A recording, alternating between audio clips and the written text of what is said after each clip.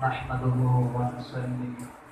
ونسلم على رسوله الكريم أما بعد فأعوذ بالله من الشيطان الرجيم بسم الله الرحمن الرحيم ومن شر حاسد إذا حسد صدق الله العظيم وصدق رسوله النبي الكريم العظيم إن الله وملائكته يصلون على النبي يا أيها الذين آمنوا صلوا عليه وسلموا تسليما محبت کے ساتھ درود پاک نظر نہ پیش الصلاۃ والسلام علیک یا سیدی یا رسول اللہ وعلى آلك واصحابك يا سيدي يا حبيب الله الصلاة والسلام عليك يا سيدي يا نبي الله وعلى آلك واصحابك يا سيدي يا نور الله۔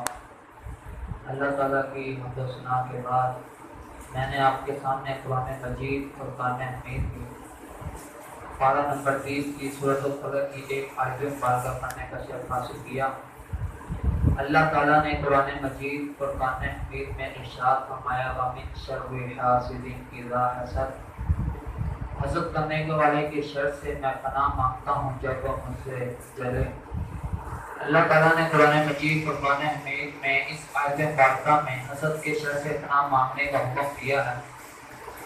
حضرت گرامی قدر، حسد کا معنی ہے کسی مسلمان بھائی کی برائی چاہنا۔ اللہ تعالیٰ نے اگر کسی مسلمان بھائی کو نعمت دی ہے اور اس کے متعلق یہ چاہنا کہ اس سے یہ نعمت ختم ہو جائے، ضائع ہو جائے اور وہ مجھے مل جائے، یہ حسد ہے۔ کسی مسلمان کے پاس نعمت ہے، کسی مسلمان کے پاس دولت ہے، کسی مسلمان کے پاس کار ہے، کسی مسلمان کے پاس بنگلہ ہے، اور یہ چاہنا کہ ایسی نعمت مجھے بھی مل جائے، ایسی دولت مجھے بھی مل جائے، ایسی کار مجھے بھی مل جائے، ایسا بنگلہ مجھے بھی مل جائے، یہ تو اچھی خواہش ہے، یہ بری خواہش نہیں ہے، اور یہ جائز ہے اور یہ رزق بھی ہے۔ اور اگر یہ چاہنا کہ کسی دوسرے مسلمان کے پاس جو مال ہے وہ اس سے ختم ہو جائے اور وہ مجھے مل جائے، یہ حسد ہے۔ اسی لیے تو اللہ تعالیٰ نے قرآن مجید فرقان حمید میں ارشاد فرمایا وَمِن شَرِّ حَاسِدٍ إِذَا حَسَدَ، حسد کرنے والے کے شر سے میں پناہ مانگتا ہوں جب وہ مجھ سے جلے۔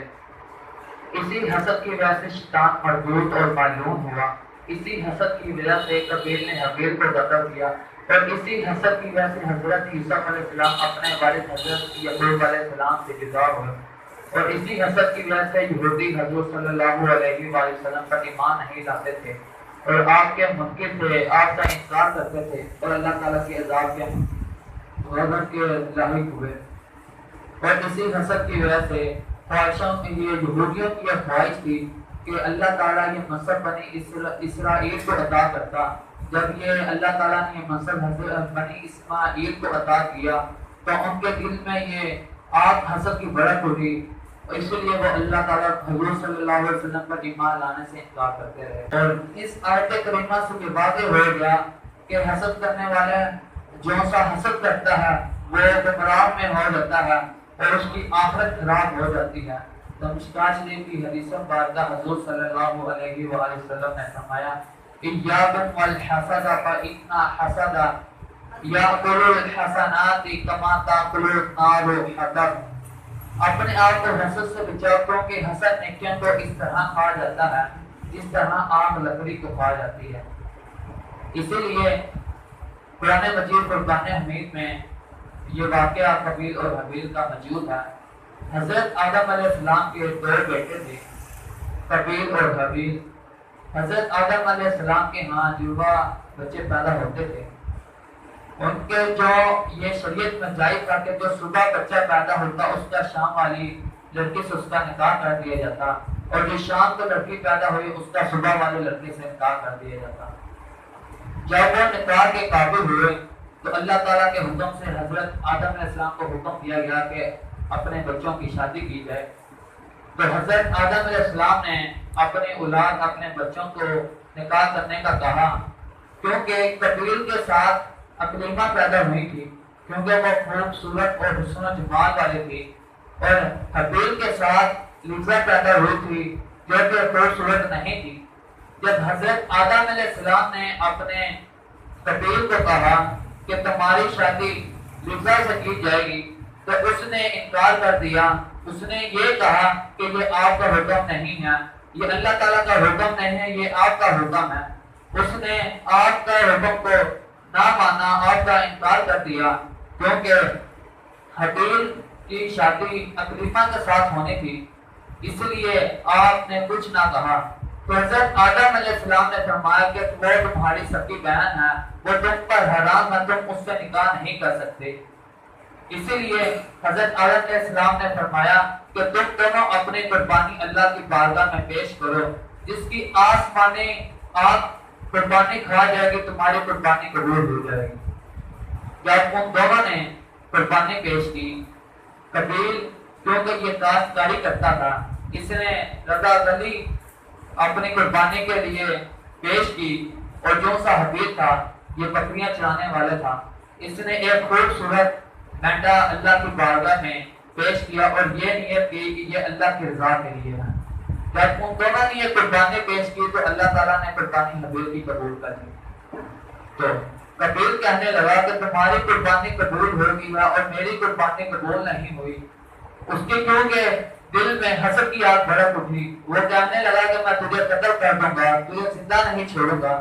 تو اس کا بھائی حبیل کہنے لگا اس میں میرا کیا قصور ہے؟ اللہ تعالیٰ جس کی چاہتا ہے قربانی قبول کرتا ہے، جس کی چاہتا ہے رد کر دیتا ہے۔ تو قبیل حسد کی آگ میں بھڑک اٹھا، تو شیطان بھی اسی پیار میں تھا کہ کوئی مجھے موقع ملے تو میں اپنا موقع دکھاؤں۔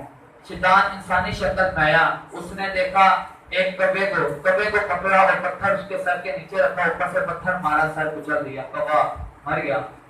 یہ سارا منظر یہ دیکھ رہا تھا قبیل نے دیکھا کہ میرا بھائی حبیل سو رہا ہے، تو اس نے ایسا ہی کیا، بھائی کے سر پر پتھر مار کر اسے شہید کر دیا، مار ڈالا۔ تو تفسیروں میں یہ آتا ہے کہ قبیل 1 سال تک اپنے بھائی کی لاش گردن پر اٹھا کر پھرتا رہا۔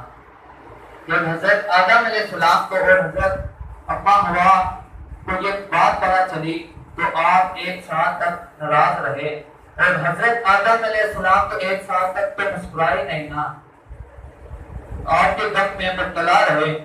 تو یہ قبیل یہ بدکاریوں میں گناہوں میں مبتلا رہا، تو یہ حضرت نوح علیہ السلام کے دور میں طوفان میں یہ غرق ہو گیا۔ تو آسمان میں سب سے پہلے شیطان نے حسد کیا تو وہ مردود اور معلوم ہوا، اور زمین میں سب سے پہلے قبیل نے حسد کیا، وہ ذلیل و رسوا ہو گیا۔ ایک اور واقعہ ہے، حضرت بکر بن عبداللہ رضی اللہ تعالیٰ عنہ فرماتے ہیں، حضرت بکر بن عبداللہ رضی اللہ تعالیٰ عنہ فرماتے ہیں کہ ایک شخص بادشاہ کے ہاں تشریف لاتا اور وہاں آ کر یہ کہتا کہ نیک لوگوں کے لیے نیکی ہے اور برائی کرنے والوں کے لیے برائی ہی کافی ہے۔ بادشاہ کو یہ بہت پسند تھا، بادشاہ اس شخص کی بہت تعریف کرتا تھا، اس شخص کو بہت پسند کرتا تھا۔ جب یہ شخص آ کر کہتا تو ایک اور شخص تھا جو اس شخص سے حسد کرتا تھا، کہتا تھا بادشاہ اس کی تعریف کرتا ہے، کیوں نہ اسے حسد کی آگ میں مبتلا کیا جائے۔ حسد کرنے والا شخص بادشاہ کے پاس گیا اور اس بادشاہ کو کہنے لگا کہ جو سا شخص آپ کے دربار پر آ کر کہتا ہے کہ نیکی کے لیے نیکی کافی ہے، برائی کے لیے برائی ہی کافی ہے، تو یہ شخص کہتا ہے کہ آپ کے منہ سے بدبو آتی ہے۔ تو بادشاہ نے کہا کہ میں تو ایسے تو نہیں مانوں گا، مجھے تو اس کی دلیل لا کر دو۔ تو اس نے دلیل لا کر دی اور بادشاہ نے کہا کہ اسے بلاؤ۔ جب وہ شخص آپ کے پاس آنے لگا تو وہ حسد کرنے والے نے آپ کو لہسن کھلا دیا کھانے میں۔ جب وہ بادشاہ کے پاس تشریف لایا، جو سا نیکی کرنے والا نیکی کا حکم کہتا تھا اور جو سا برائی کرنے والا برائی کا کہتا تھا، جب وہ آپ بادشاہ کے پاس تشریف لائے تو اس نے منہ پر ہاتھ رکھا۔ بادشاہ نے پوچھا کیا ہوا ہے؟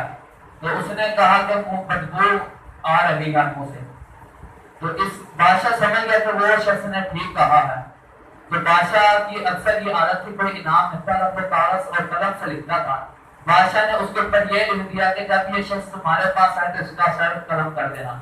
جب وہ نیکی والا حکم دینے والا شخص وہ کاغذ لے کر آگے گیا عامل کے پاس، تو باہر ہی وہ حسد کرنے والا شخص کھڑا تھا، اس نے وہ اس سے لے لیا اور وہ سمجھا کہ کہیں بادشاہ نے اس پر انعام کا کہا ہے، اس نے وہ اس سے لے لیا اور چلا گیا عامل کے پاس۔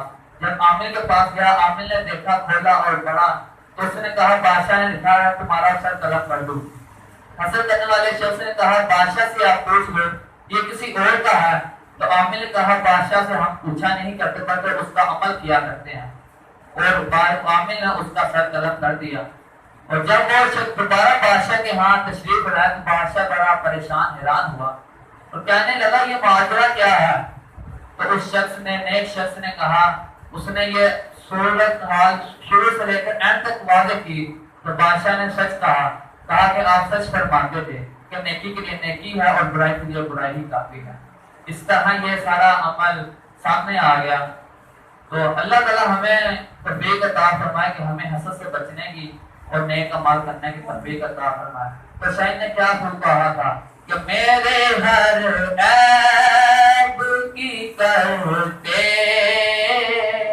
ہیں وہ پردہ پوشی، میرے ہر عیب کی کرتے ہیں وہ پردہ پوشی، میرے جرموں کو تماشا نہیں ہونے دیتے، میرے جرموں کو تماشا نہیں ہونے دیتے۔ اللہ تعالیٰ کی بارگاہ میں دعا ہے کہ اللہ تعالیٰ ہم سب کو حسد سے بچنے کی توفیق عطا فرمائے اور نیک اعمال کرنے کی توفیق عطا فرمائے۔ وآخر دعوانا ان الحمد للہ رب العالمین۔